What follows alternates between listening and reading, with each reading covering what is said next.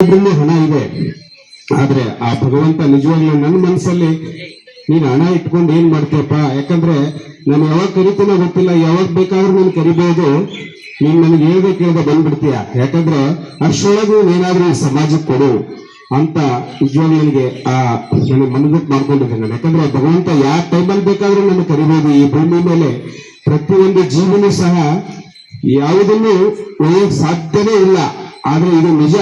ಎಲ್ಲರೂ ಹತ್ರ ನಿಜವಾಗ್ಲೂ ನಾವೆಷ್ಟು ಸುಖವಾಗ್ತೀವಿ ಅಂದ್ರೆ ಸಂತೋಷದಿಂದ ಬದುಕಬಹುದು. ನಾವು ಎಷ್ಟು ಏನು ಒಯ್ಯೋದೇ ಇಲ್ಲ ಅಂದ್ಮೇಲೆ ಏನು ಹೇಳ್ರಿ, ಏನು ಒಯ್ಯಲ್ಲ ಅಂದ್ಮೇಲೆ ನಿಜವಾಗ್ಲೂ ಅದನ್ನ ಅರ್ಥ ಮಾಡಕ್ಕೆ ಆಗಲ್ಲ. ಯಾವ ಕ್ಷಣದಲ್ಲಾದ್ರೂ ನಾವು ಹೋಗ್ಬೋದು, ಹುಟ್ಟಿದೀವಿ ಎಂಬುದು ಅಷ್ಟೇ ಸತ್ಯ, ಆದ್ರೆ ಹೋಗೋದು ಮಾತ್ರ ಗೊತ್ತಿಲ್ಲ. ಆದ್ರೂ ನಿಜ ಏನಪ್ಪಾ ಅಂದ್ರೆ ನಾವು ಇರೋವರೆಗೂ ನಮ್ಮ ಎತ್ತ ತಂದೆ ತಾಯಿಗೆ, ನಮ್ಮ ಊರಿಗೆ, ನಮ್ಮ ವಿದ್ಯೆ ಕಲಿಸಿದ ಗುರುಗಳಿಗೆ ಮತ್ತು ನಮ್ಮ ಹಿರಿಯರಿಗೆ, ನಮ್ಮ ನಾಡಿಗೆ ನಾವು ಗೌರವ ತರುವಂತ ಪ್ರತಿಯೊಬ್ಬರೂ ಸಹ ಅಂತ ದೊಡ್ಡ ಪ್ರಜೆಗಳಾಗ್ಬೇಕು ನಾವು. ಯಾಕಂದ್ರೆ ನಮ್ಮ ಮೇಲೆ ಜವಾಬ್ದಾರಿ ಇದೆ.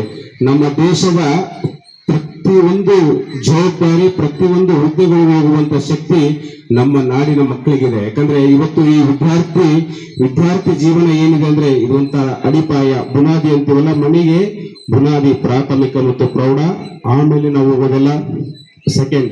ಆದ್ರೆ ಫಸ್ಟ್ ಪ್ರಾಥಮಿಕವಾಗಿ ಪ್ರೌಢ ಶಾಲೆಯಲ್ಲಿ ನಾವು ಏನು ಗುರುಗಳು ನಮಗೆ ಬೋಧನೆಯನ್ನು ನಡೆಸ್ತಾರೆ ಅದನ್ನೆಲ್ಲ ನಾವು ಕಲಿಬೇಕು.